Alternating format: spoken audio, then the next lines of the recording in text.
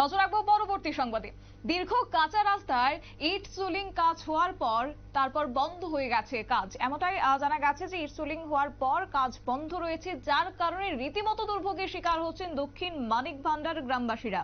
এবং দক্ষিণ মানিক ভান্ডার পঞ্চায়েতের অধীন পঞ্চায়েত সংলগ্ন মেইন রাস্তায় পূর্ব প্রান্তে গ্রামের কাঁচা রাস্তাটি বাম জামানায় দাবি উঠেছিল যে ইট সোলিং করে দেওয়ার জন্য, কিন্তু ইট সোলিং হয়নি। গ্রামে ৩৫ পরিবারের বসবাস এবং সবাই খেটে খাওয়া মানুষ, তাই তাদের একমাত্র যাতায়াতের এই রাস্তা খুব করুণ অবস্থায় রয়েছে।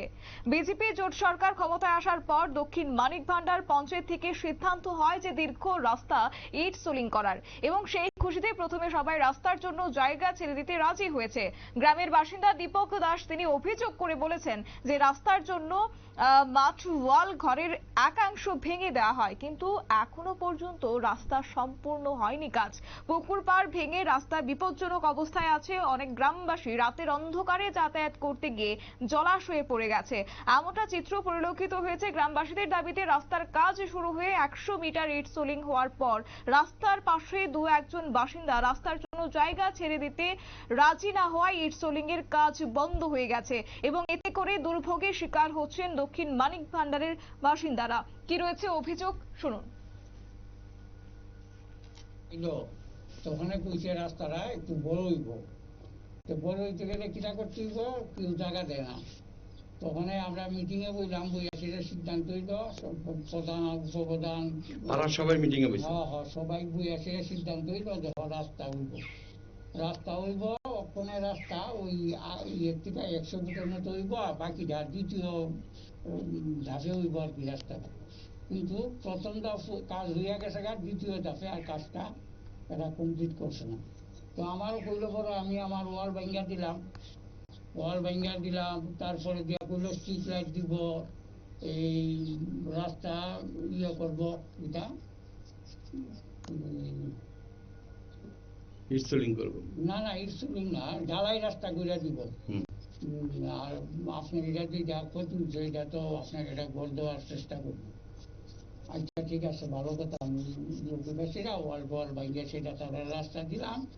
এরপরে শুনলাম রাস্তা একবার ওয়াল করার একটু ২ টাকা হয়েছে ১০০ মিটারের মতো। এই রাস্তাটা কেন লেগে হইলো না এটাও আমি বুঝতে পাইছি না, কারণ আমি বিতর্ক করতাম, আমি এখানে যাই না পঞ্চায়েতে বা কারোর সাথে এমন কোনো আমার কোপারেশন নাইও।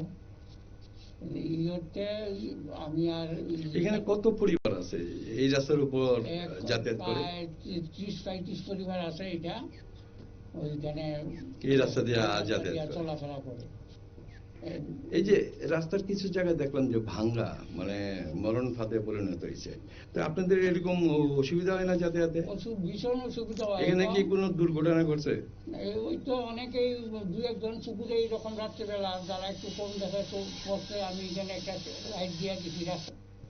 আপনারা শুনলেন সংশ্লিষ্ট গ্রামের বাসিন্দাদের বক্তব্য, এবং এই বিষয়ে দক্ষিণ মানিক ভান্ডার পঞ্চায়েতের প্রধান স্বপন দাস তিনি জানিয়েছেন যে দক্ষিণ মানিক ভান্ডার পঞ্চায়েতের পাশে রাস্তাটি ইট সোলিং এর কাজ করার জন্য দীর্ঘদিন ধরে চেষ্টা করা হচ্ছে। দীপক দাস রাস্তার জন্য নিজ ঘর ভেঙে দিয়েছে, কিন্তু তার আগে কয়েকজন বাসিন্দা রাস্তার জন্য জায়গা দিতে রাজি না হওয়ায় কাজ বন্ধ হয়েছে, যার কারণে রীতিমতো সমস্যায় পড়তে হচ্ছে সেই এলাকার বাসিন্দাদের, এমনটাই অভিযোগ আজ উঠে এসেছে।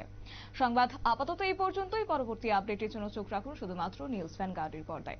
নমস্কার।